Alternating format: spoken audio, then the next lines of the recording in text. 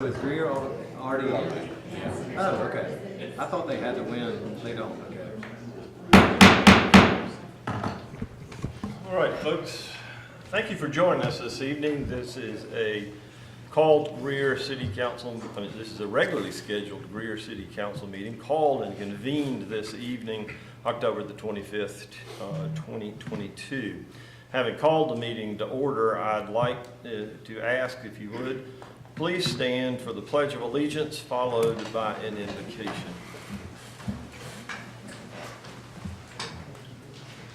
I pledge allegiance to the flag of the United States of America and to the republic for which it stands, one nation, under God, indivisible, with liberty and justice for all.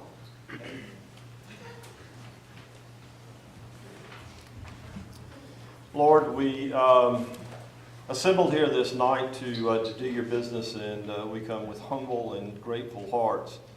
We revel in the beauty of this earth that you have made, and the change of seasons as we go through that, and the weather that you have provided, the color in the leaves, and even the sunset tonight. And so as we go about this business, help us to be mindful of all of our citizens, for those that find themselves in lack of shelter or a lack of food, and circumstances that we always need to be mindful of, and to give us insight and understanding to the items at hand this evening, that we might be good stewards of what you have called to do, which is serve this great city. And we ask these things in Christ's name. Amen.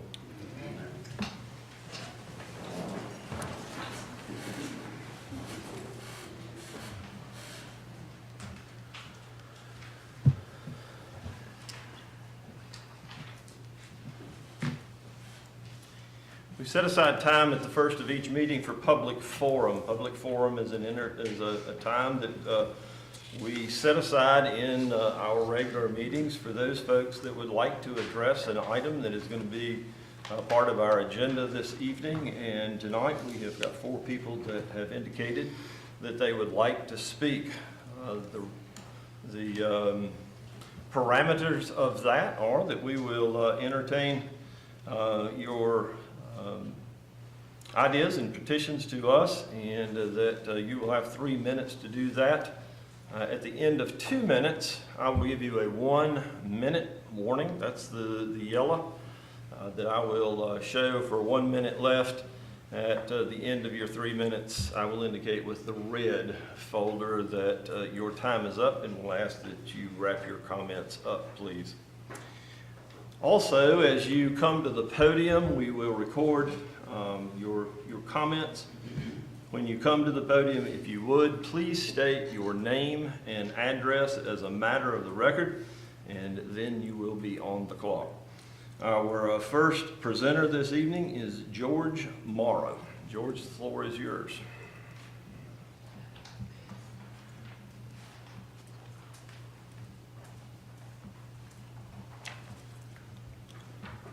My name is George Morrow. I live at 115 Birch Drive, which is at the corner of Birch and Holly Circle Extension. I built my house there a little over 30 years ago. I have lived there in a quiet, peaceful community all this time. The radio station property, a small piece of property across the street from where I live, is a wooded area where we have all kinds of wildlife: birds, rabbits, squirrels, possums, raccoons, crows come and eat off of my deck from the trees over there every spring. It's a nice neighborhood to live in. If you approve what's being proposed, all of that will be gone. I worked 27 years with the State Highway Department.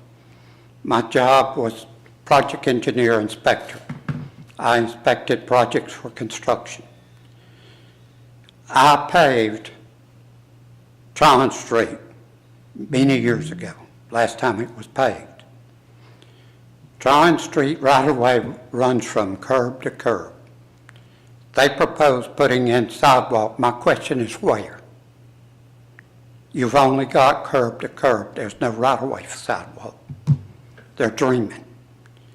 Also, there is already a runoff situation with water. If they clear all the land, cut down the trees, the shrubs to stop, control some of the water, pave a 3-acre parking lot, we will have a situation that will be unreal. I have talked with the county. They have put in a larger pipe, 18 inches. That's all they're going to put in. They contend that they're going to build a retention pond. Again, I have experience with retention ponds. You build a retention pond, go off and forget it. Within a year and a half or 2 years, it's full of trash growing up in trees and shrubs, and it turns into a mosquito bed. All of this I have witnessed myself. The last thing we need in our quiet community is 60 apartments with over 100 cars going in and out a one-way street. Thank you. Thank you, sir.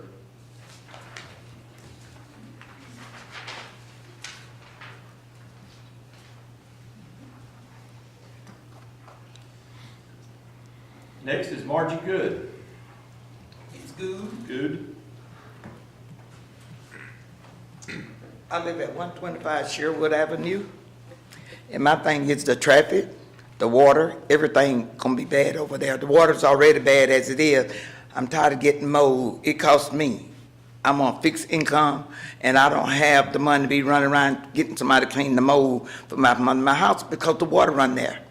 And also, those guys that was gonna do this work, they only showed up last meeting, and we've been coming up here about, what, about six meetings, and they come up here and everything gonna be approved with them. So we were just wasting our time coming up here.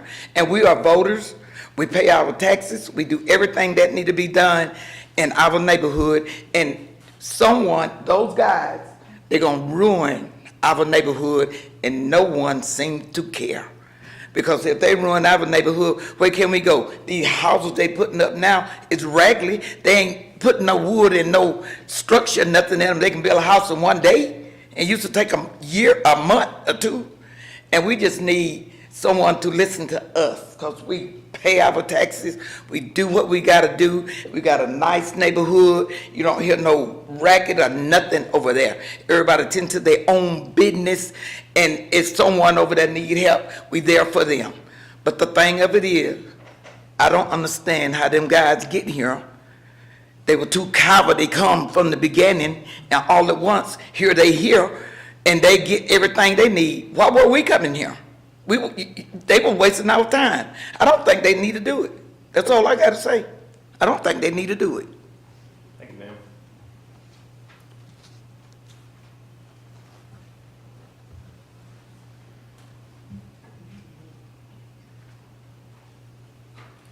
I'm gonna make a stab at it. James Dean.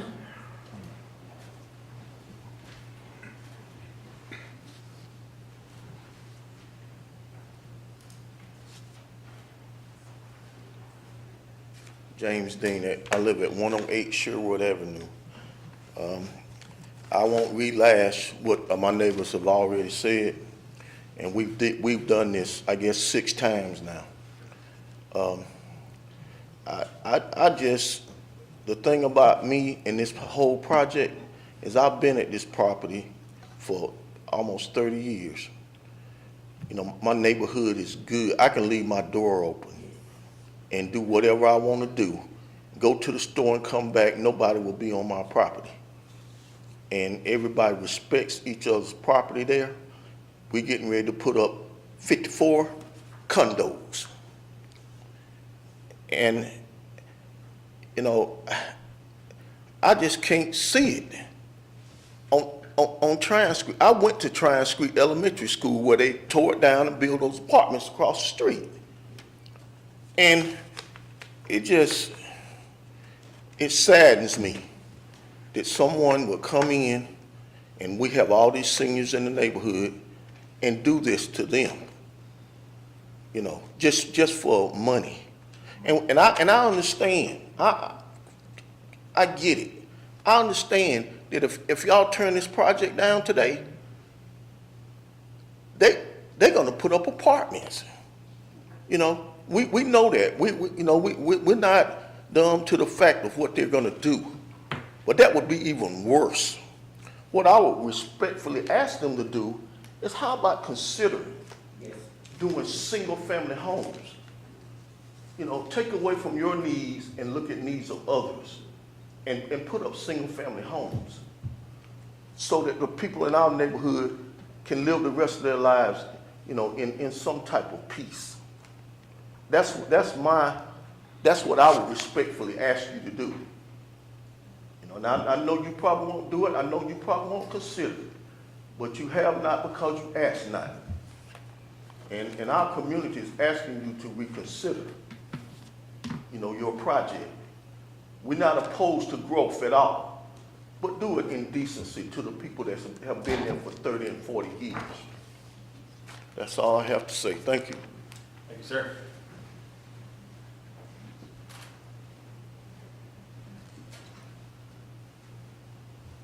Last speaker this evening is Rick Boozer. I think I'll pass. I think everybody else has eloquently said everything that needs to be said. Thank you, sir. Council, with that, we're going to move to the minutes of the last two meetings, or the last meeting, and then we had a public hearing. So we've got two to consider this evening. First before us is the October 11th, 2022 public hearing. I'll entertain a motion to receive those minutes. So moved. Second. Motion and second. Any items of note for the clerk? Hearing none. Ms. Duncan? Mr. Arrowood, Yes. Mr. Booker, Yes. Mr. Hopper, Yes. Mr. Dumas, Yes. Mr. Bettis, Yes. Mayor Danner. Yes. Council, the regular meeting that we held on October 11th, 2022, the minutes of that meeting are contained in your packet as well. I'll entertain a motion to receive. So moved. Second. And a second. Any items of note for the clerk? Hearing none. Ms. Duncan? Mr. Arrowood, Yes. Mr. Booker, Yes. Mr. Hopper, Yes. Mr. Dumas, Yes. Mr. Bettis, Yes. Mayor Danner. Yes.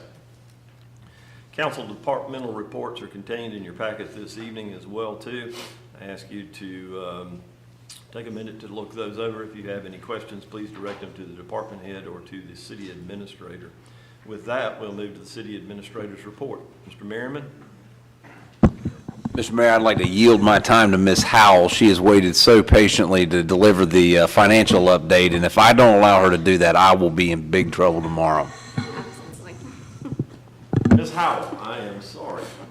The floor is yours, ma'am. Thank you, Mayor and Council. Good evening. I'm going to give a brief financial summary for September 30th, 2022. Starting out with the general fund, the year-to-date revenue is $2,495,000. The total expenditures are $9,680,000, which is 3% over budget right now. If you look where the dashboards, where we compare actual to benchmark, we have an overall negative variance there also of $1,822,000, but we do have a cash balance in the general fund of $12,420,000. Moving on to the hospitality fund, the year-to-date revenue is $845,000. The year-to-date expenditures are $75,000, and the cash balance in the account is $2,969,000.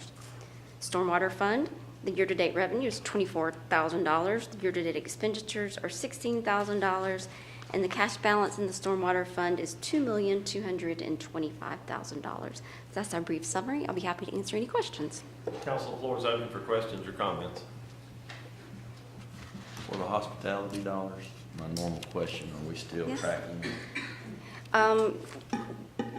This month was a little lower than it has been, but we're still above budget. So we are still looking great, but it is a little bit lower than it has been for the last couple of months. But I think I looked at that trend, and typically this time of year, it's down anyway. So not too surprised right now. Revenue is above budgeted? Yes, sir. Okay. Yes, sir. Others? Thank you, ma'am.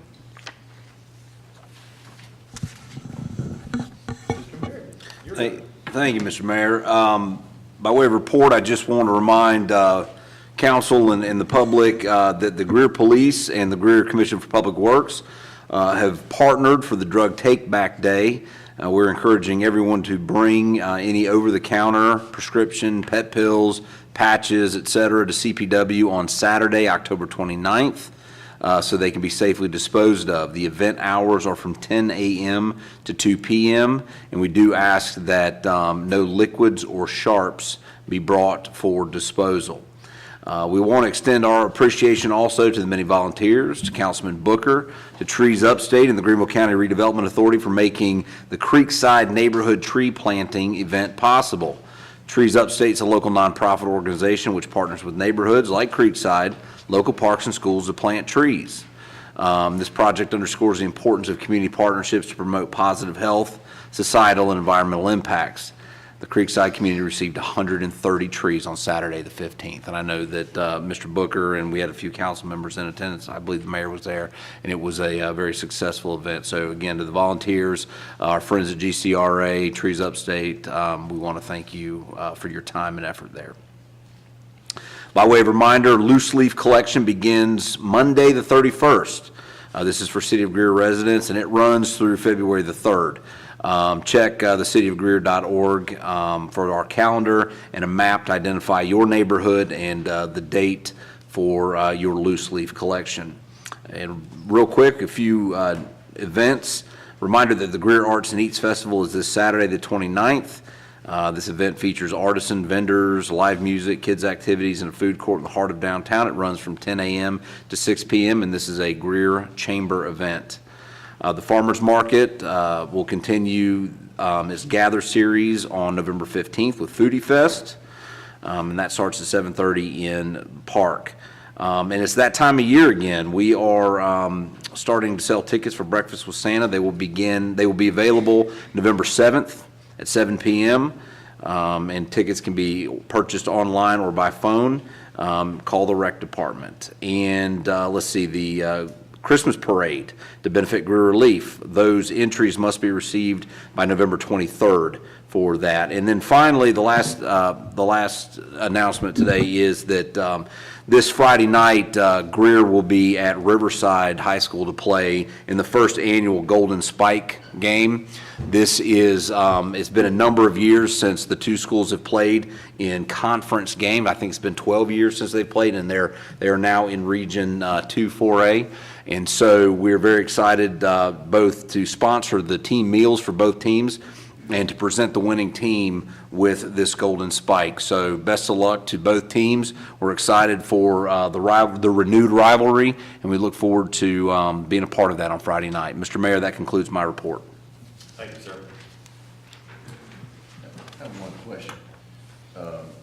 Does the PD still do the drug take back, the prescription drug? Didn't we have a container at one time at headquarters, their headquarters?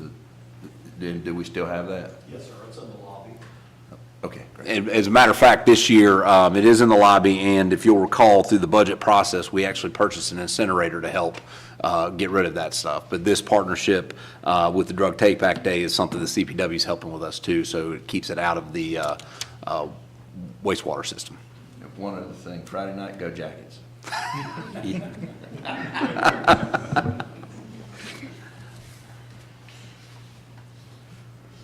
Let's move to appointments of boards and commissions. Ms. Barnes' term as a commissioner for the Housing Authority expires at the end of this month.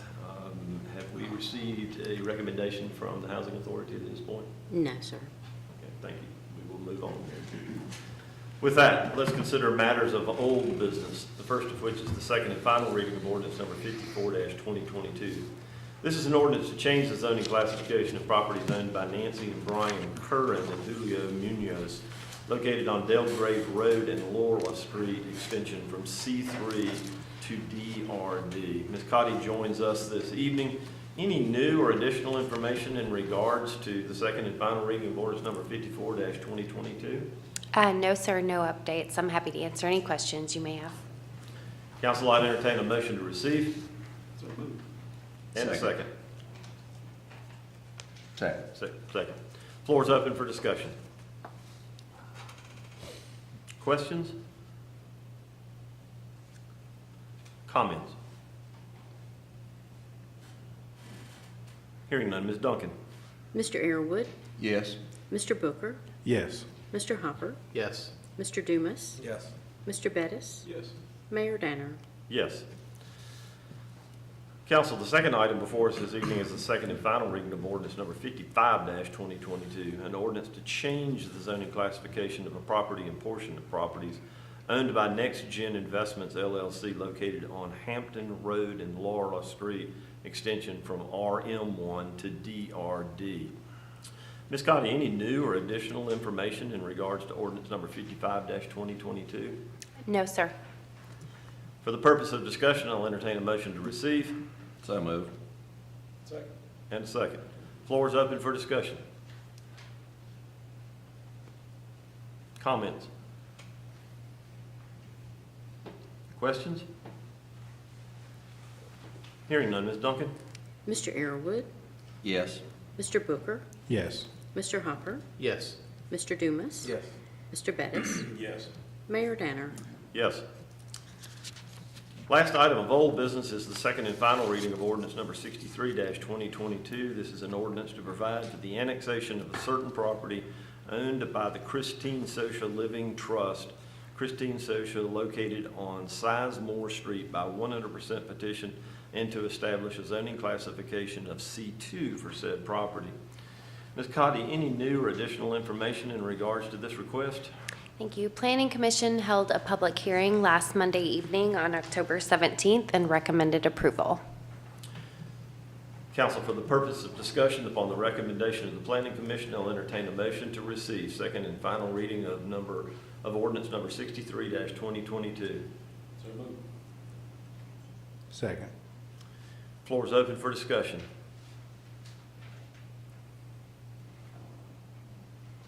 Questions?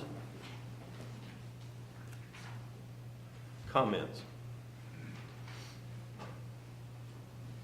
Hearing none, Ms. Duncan? Mr. Arrowood, Yes. Mr. Booker, Yes. Mr. Hopper, Yes. Mr. Dumas, Yes. Mr. Bettis, Yes. Mayor Danner. Yes.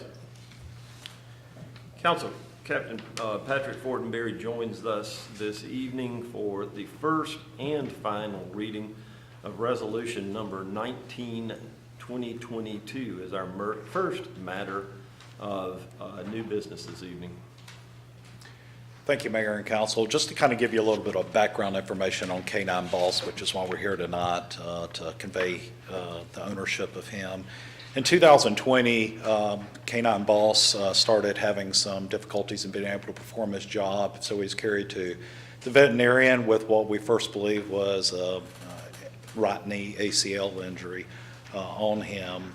As time progressed and medication did not help that situation, we found out that K9 Boss was starting to exhibit signs of hip dysplasia that would prevent him from being able to effectively continue in his role with our agency. He started with us in 2015, and then in 2021, last year, we did, for the quality of life of him, did medically retire him. So we're just asking that his handler for this entire time, that we convey the ownership of K9 Boss to Jordan Williams. Council, the resolution number 19-2022 reads in part, whereas the city owns K9 named Boss, a police dog that was recently medically retired from service with the Greer Police Department, and whereas during his career, Boss provided valuable and loyal service to the police department, but it has now become necessary to retire Boss from police service due to his age.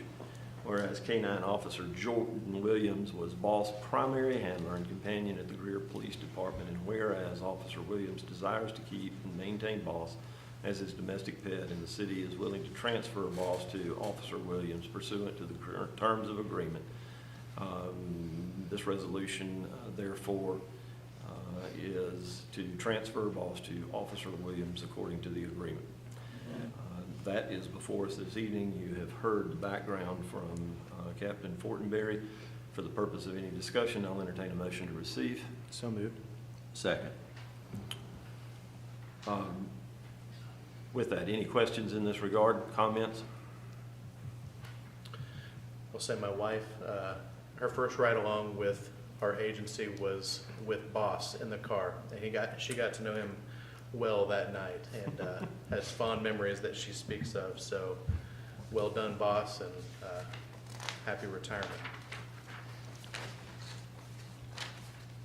Others? Ms. Duncan? Mr. Arrowood, Yes. Mr. Booker, Yes. Mr. Hopper, Yes. Mr. Dumas, Yes. Mr. Bettis, Yes. Mayor Danner. Yes. Thank you, sir.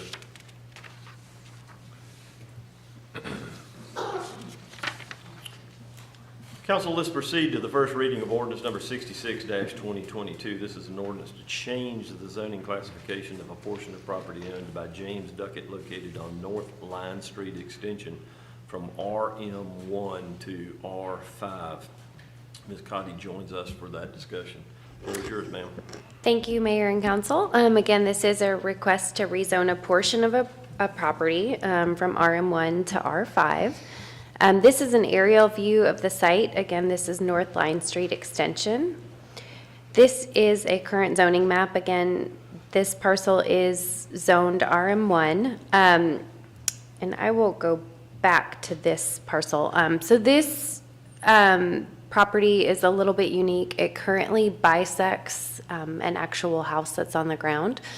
Certainly, when this building permit was issued, they should have been required to either combine or do a recombination to have lots to where the lot line was not through the middle of the house. But in this case, it is in the middle of the house, so they are requesting to move that line to the north. They will have the resulting lot with the house on it will then have the appropriate setback for RM1, and then the resulting lot is smaller than what's required in RM1. It's slightly less than 7,500 square feet. So they are asking for an R5 zoning for that resulting piece to have a single-family detached home.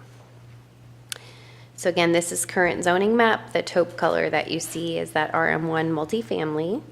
And then this is the future land use map. This area is designated as a traditional neighborhood. And then this is a street view of the property. There have been some upgrades to the current house, but in terms of what that lot looks like, this is a pretty up-to-date picture.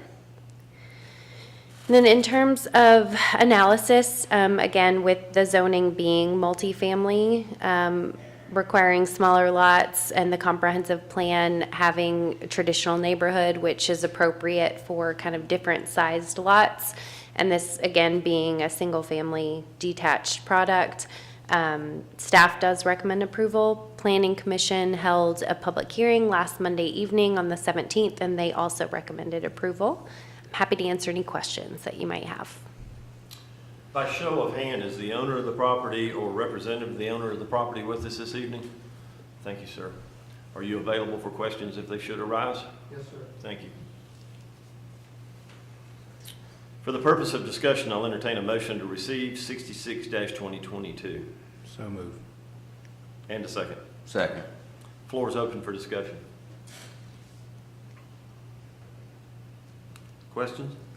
So this house is still in the middle of these two lots, correct? Yes, sir. Okay, and so with this new rezoning, does that give a portion of the lot to the one to the left, and then that R5 goes to the right? Yes, so the portion that the property is on will stay RM1. That property line will move about 5 or 7 feet past the house, and the lot with the house will remain RM1, and then the smaller lot that remains to the north, it's about 7,000 square feet. That one would be its own lot, and it would be zoned R5. I think you already said that. I think I just- This is a confusing one, to be honest. So in theory, we could have signed a plat, but staff typically will not sign a plat that creates a non-conforming lot, so. In this case, it was necessary to rezone if you wanted to go ahead with allowing a second kind of smaller lot. When this comes back for second reading, will staff have a copy of the new survey? The survey should have been included with your packet, but I can certainly The new include it as a survey. slide.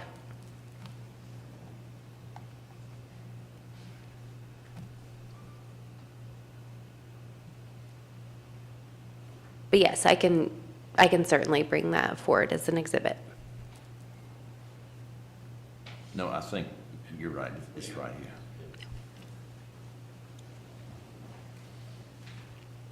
This was done 2 years ago. Excuse me? The drawing we had was done 2 years ago, right? Oh.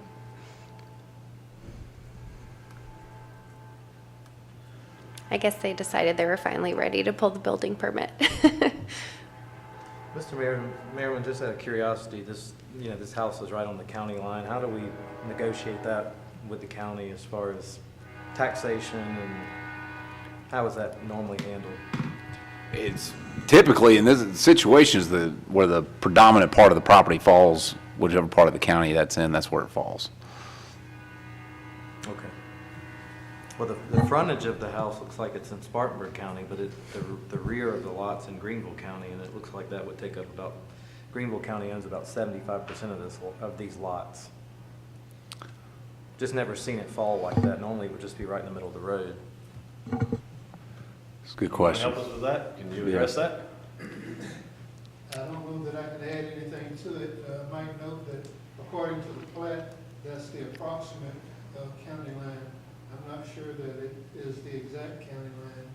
For practical purposes, everything across the street from my property is considered Spartanburg County, and virtually everything on that side of the street is Greenville County. And I think from the assessed value perspective, they keep the properties whole. Okay. Yeah. Okay, gotcha. That's kind of what I was checking on. Others?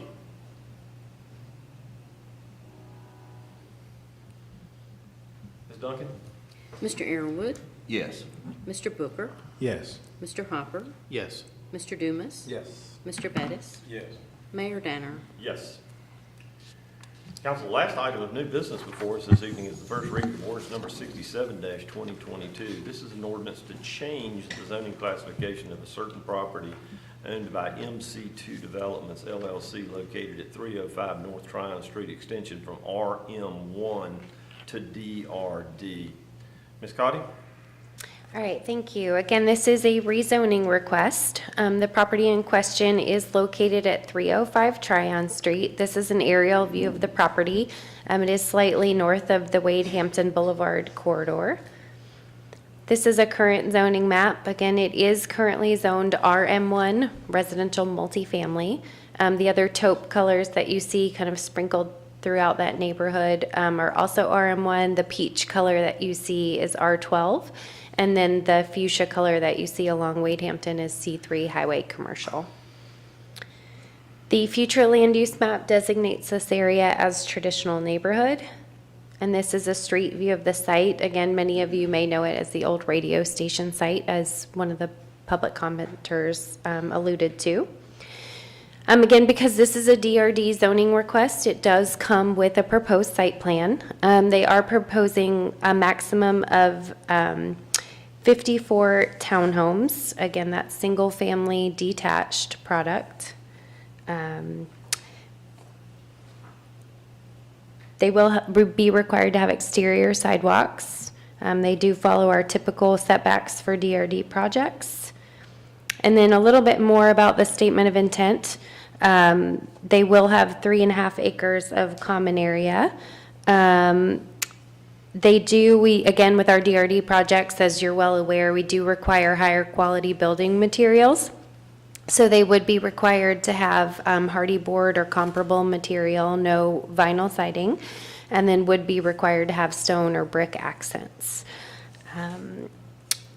These are the kind of criteria that staff and planning commission follow when they do make a recommendation on DRD zoning. And then in terms of analysis, the biggest kind of piece of the puzzle in this case was the current zoning of the property. So the property being zoned RM1 multifamily, again, it is a multifamily zoning that allows for single family, but it also allows for duplexes, triplexes, quadplexes, and it also allows for apartment complexes.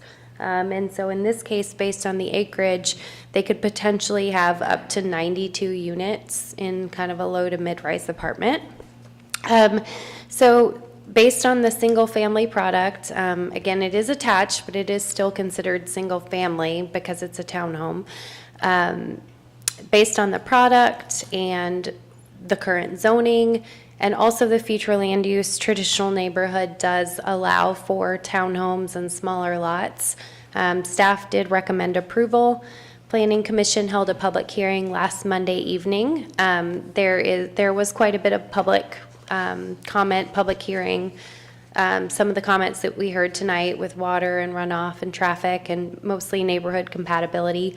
But ultimately, they did also recommend approval.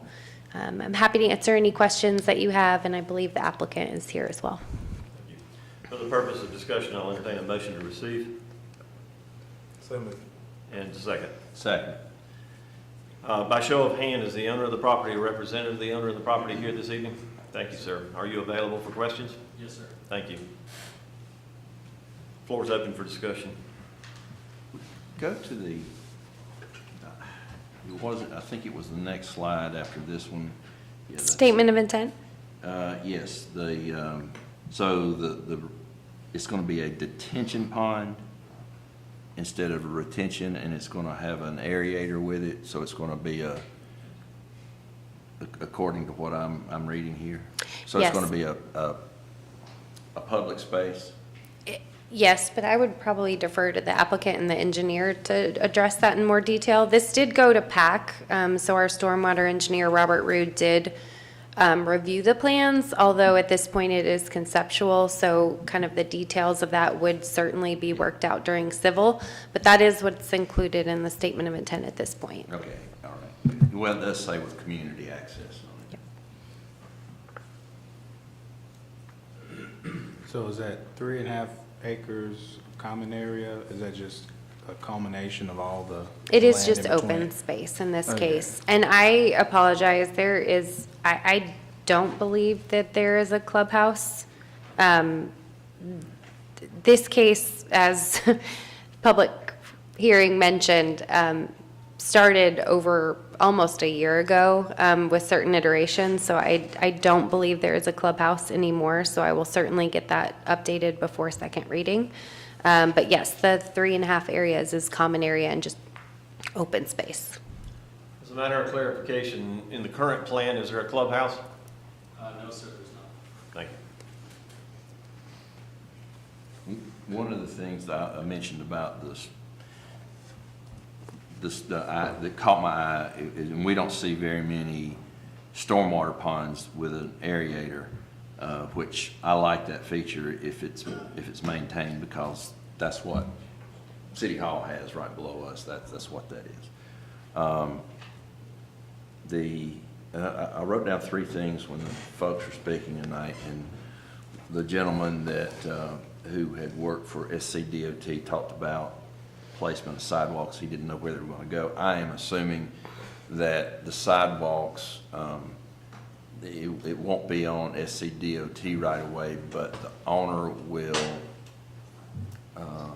make right of way for our sidewalks, and then they will become in our inventory once we. Yes. Okay.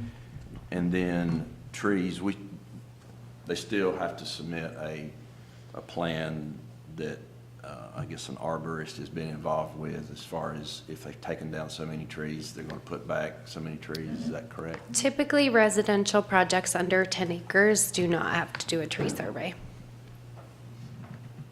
But there will be a landscaping plan, right?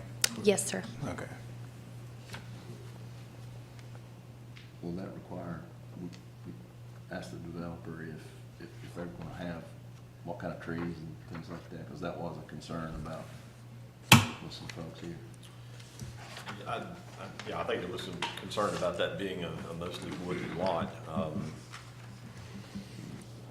given the fact that it doesn't meet the qualifications for an actual tree inventory and plan, we can ask them about, Their proposed plans. landscaping, but at this point, that may be a little nebulous to them, but we can find out.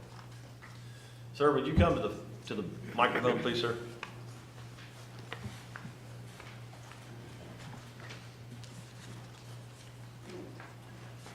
In a little bit more detail, can you describe to us in terms of the product that you're proposing, what type of landscaping is generally appropriate or common for y'all to do? We don't have a landscaping plan yet. Okay. It just hasn't gotten that far yet. All right. So we're just looking to rezone. Okay. It would be great if, when you do submit that there are some hardwoods built into that plan. If we can fit it, I'm all for trees. Okay. Yeah. Others, while we got your name, sir, Merle Savala. and your association with the project? I'm one of the owners of MC2. Okay. Got one of the owners of the project here. Any questions? Just to be clear, this is, could be subject to change. It is a for sale product that's planned. It is, yes. And what happened with the clubhouse, and why did that get scrapped, and what's replacing that? And Honestly, I don't know how it got in the writing on that. I remember we had some discussions between my partner and I, what we're gonna do with the common area. We originally, we kind of went in a couple different directions, but we were thinking that possibly we were gonna keep some as rentals. And then once we realized that we had to go to DRD anyways, we went back to the townhome project. That's why it switched a few times. We missed a couple meetings. When we were keeping it, or when we were thinking we were keeping it as rentals, we were gonna have a clubhouse and that type of thing. But I don't know how it's in the writing. I'm sorry. does it still have the walking trails, or what you had planned originally for that? We have sidewalks around the whole neighborhood and throughout, I believe, throughout the roadways. So, that's all there is. Is there any, I'm just eyeballing it, is there any type of there's no playground or really dedicated green space? The majority of that's gonna be taken up by the pond. Yes. Yeah. And can you speak to the pond a little bit and talk about the aeration, or, what you have? I can't. I have my civil engineer here though, if you need more specifics. I'm not I wouldn't dare to. Is that unique? I don't know that is that a requirement, or that's just something that you've proactively done? It is not a requirement. Well, maybe we could have your civil engineer come up and speak to that. Yeah. That'll give him something to do. Sure. While Mr. Horton's making his way up, the requirements for stormwater, as you know, we require that anything that is created be retained on site as well as treated. So that's kind of where the requirements lie, but how they retain it and how they treat it, there is some flexibility. Sir, if you'll state your name for the record and also give us your association to the project, I would appreciate it. My name is Eric Horton, Blue Line Consulting. I'm the civil engineer for the project. An aerator typically is commonly used when you have a wet pond which has a permanent pool in it to keep the oxygen levels good in the water and keep mosquito problems down, such as that.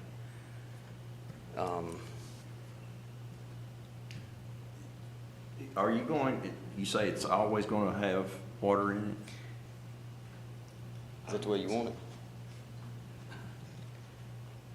I had intended on it being a dry pond, but if the city or my client wants it wet, we can figure out what needs to happen for that. Well, isn't that on the statement of intent? It is.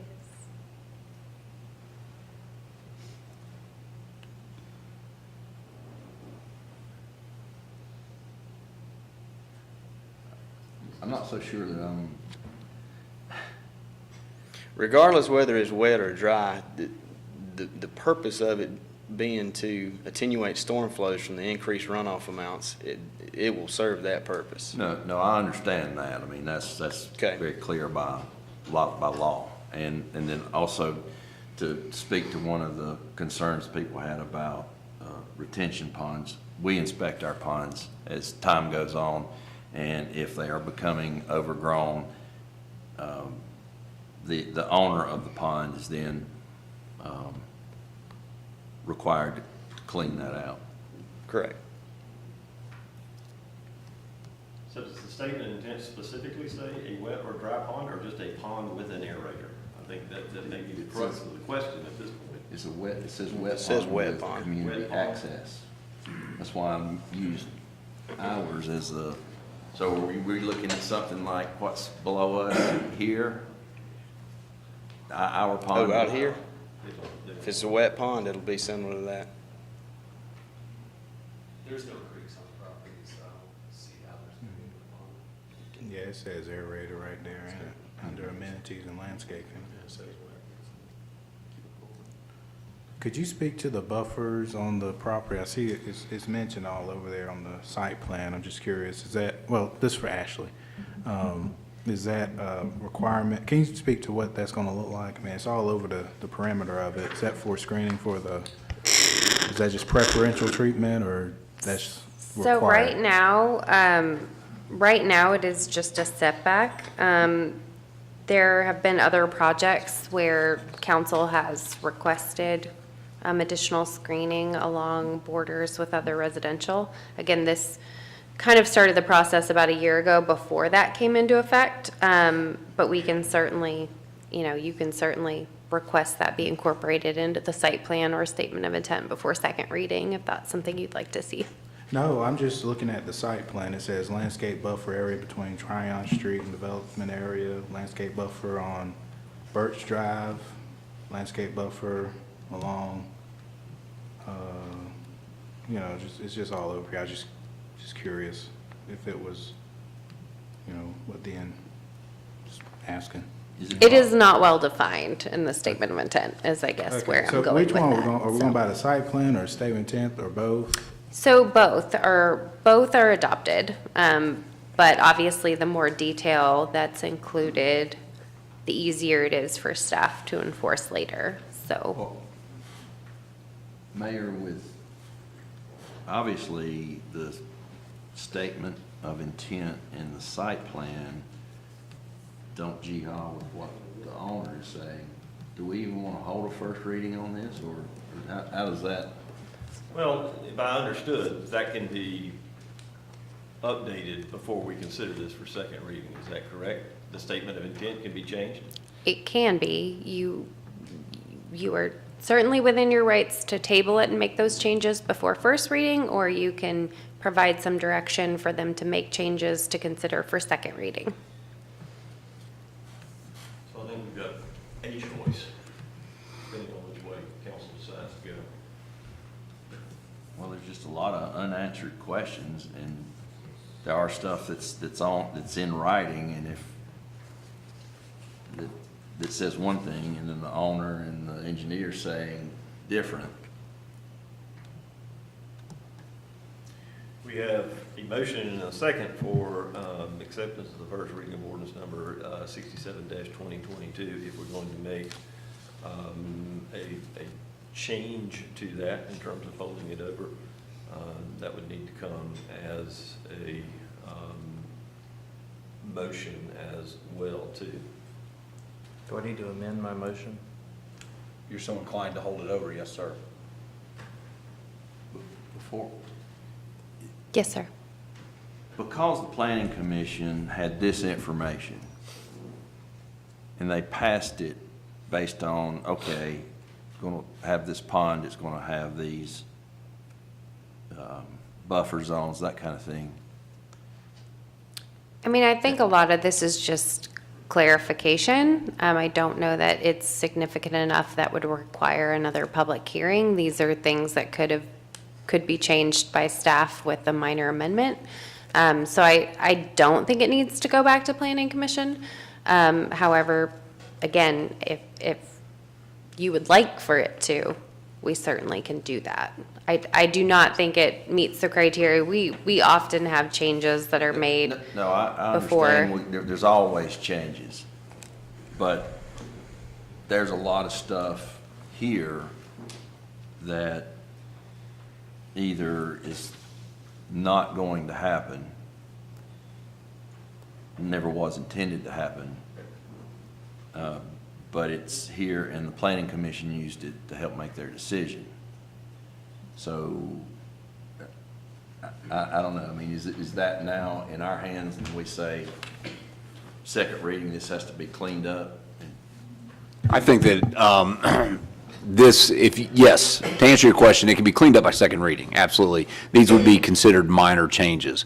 However, I do believe the council has the authority to remand it back to planning commission for reconsideration or another public hearing. Is that right, Ashley? That is correct. You Yes. could. Based on the extensive review that Planning Commission had and the extensive conversation that they had, I don't believe that these changes would impact their decision. However, again, I can certainly do that if you would like. The ones who voted felt very strongly that their decision was based on the current zoning and that this was a better alternative. So I think the clarifications to the statement of intent can certainly be worked out by second reading, but I am happy to take it back if that's your will. I think there's council, I believe there's enough angst in terms of some of these questions that it's either going to be appropriate to address this at a second reading, which may be held at some future meeting after there are more definitive answers to some of these questions, or we simply hold it over, allow the developer to make those changes and corrections, and then we consider it then again, one or the other.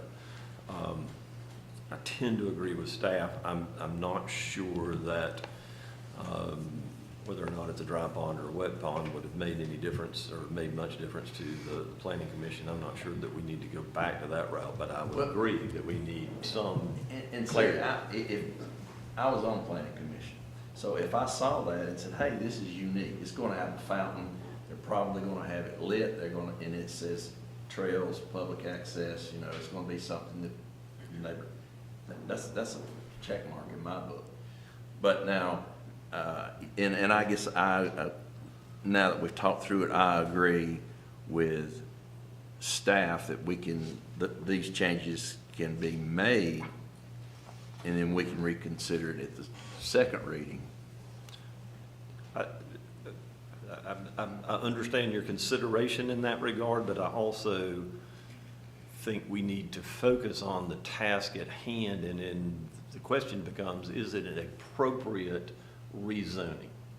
And it is an appropriate rezoning. We just need some more questions answered.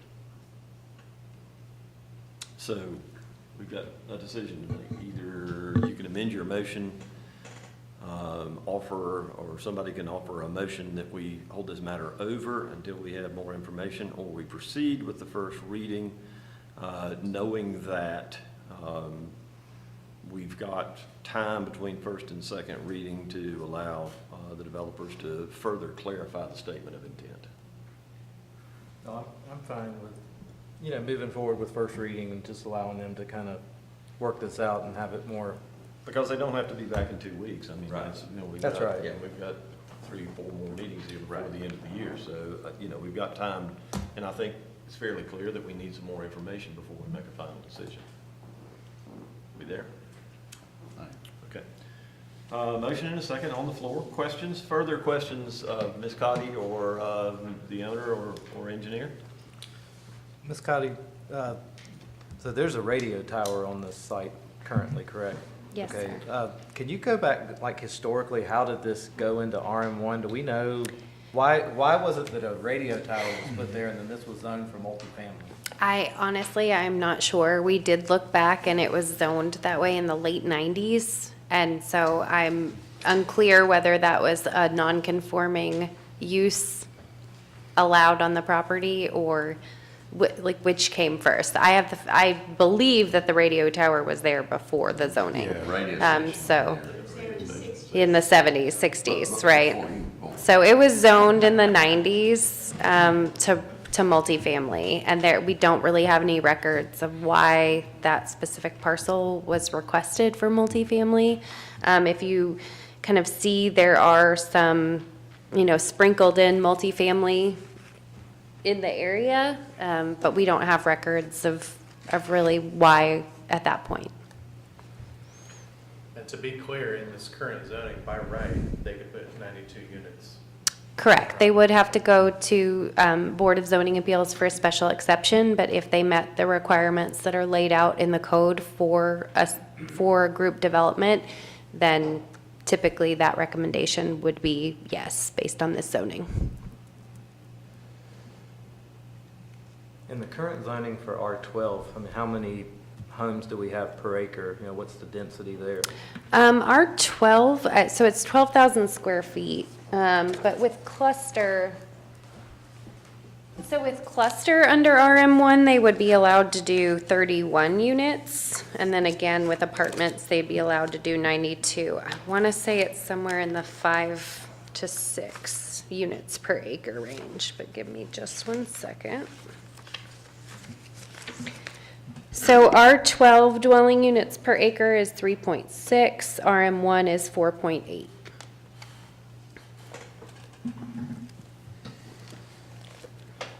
.6 for R12, what was the density for this? For RM1, well, so RM1 would be 4.8, and this one, I believe, is in the, so it's 8.24.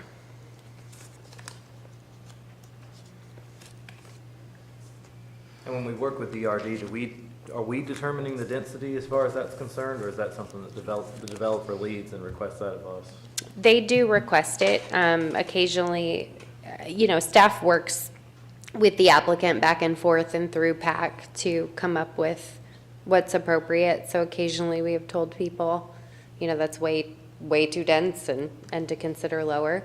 In this case, because it was kind of in between what's allowed in cluster and what's allowed as a apartment, staff felt that it was appropriate. But again, that is certainly something you could cap as part of the DRD. And as far as the quality of construction too, I know that piece came up. In the DRD, we address the quality of construction versus it's kind of open-ended with the apartment. Yes, there are no architectural or building material standards for any zoning district unless you're in an overlay. So that includes apartment complexes. What is the buffering like for apartments? Is it unique to this arrangement, or? So if it were, it does require a landscape screen when it is, let me pull it up, it's been a while. The setback is 25 feet, which is very similar, but the actual screening, hold on just 1 second. Actually, they don't. RM1 though does. So the actual special exception only requires a certain amount of recreation area. RM1, actually, I don't believe they don't have any screening requirements. Okay. So, just under the base zoning. Just in summary, so in this case, we are providing some type of buffering, we are going down to a less dense product, and we are controlling the building materials and the look and, what. That is correct, and technically, townhomes are single-family product while attached. Is there going to be a traffic study triggered for this? They were not required to do one based on the number of units and the peak hour trips. But they will, of course, be required to, any road frontage that's ours that is part of the project will be required to potentially dedicate right-of-way and or do widening or pavement repair. Again, that's worked out during the civil plans. Birch Drive is a county road and it was recently repaved. So we will certainly work with the county, but I don't think that they'll require much more than that since it was just recently repaved. Well, I'd be remiss if I didn't mention, and Mark, don't say a word. Well, it kind of goes back to how Greer is going to continue to change, and we talked about this earlier. For 40 years, my cousin operated this as his radio. Yeah. It's always a cousin story. But no, I mean, for the past 40 years, he operated this as WPJM gospel radio station. And we've had many greats go through this radio station. And it's unfortunate that he wasn't able to purchase this property, and he rented it for so many years.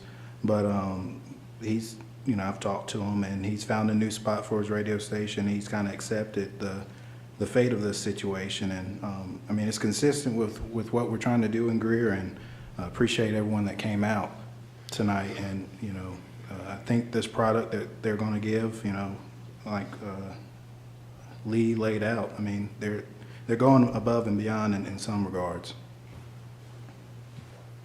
Well, it is different. I mean, it's like you said, the radio station's been there for several years. I had a friend, his grandparents were there on Holly, and I remember they had a landline, and when you used to pick up the phone, if you hung up the receiver, the radio station would come through on the phone. I remember that as a kid, so that was unique. And so, but that radio station, that's where all the Greer football games have been broadcast for years, and they've been a big part of our community, and it's something that we've all gotten used to as, you know, as part of District 4. I mean, it's just, but things are changing. I mean, last week we had the announcement with BMW. They're making a $1.7 billion investment in our community, and we're just continuing to have to manage the growth, and we have to do dense development, and in this scenario, it obviously could be more dense. And so this is the happy medium, and for the longtime residents, I understand it's not ideal, but it is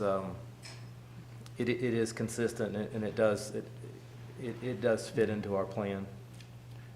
And the light at the end of the tunnel is, you know, the radio station isn't going anywhere. He's actually moving to District 2. So I'm happy to have him. Congratulations. Thank you.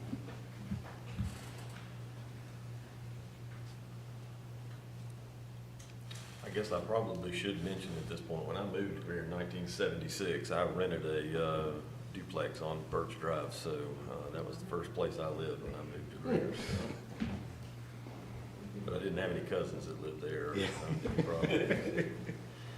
Council, we've got a motion and a second. The floor has been open for discussion. Is there any further discussion, comments, or questions? Hearing none, Ms. Duncan? Mr. Airwood? I'm going to vote yes this time, but on second reading, if all of this package is not cleared up, and especially the statement of intent, I won't vote for it on the second go around. But my vote tonight is yes. Mr. Booker? Yes. Mr. Hopper? Yes. Mr. Dumas? Yes. Mr. Bettis? Yes. Mayor Danner? Yes. Council, we do not have any items in executive session this evening.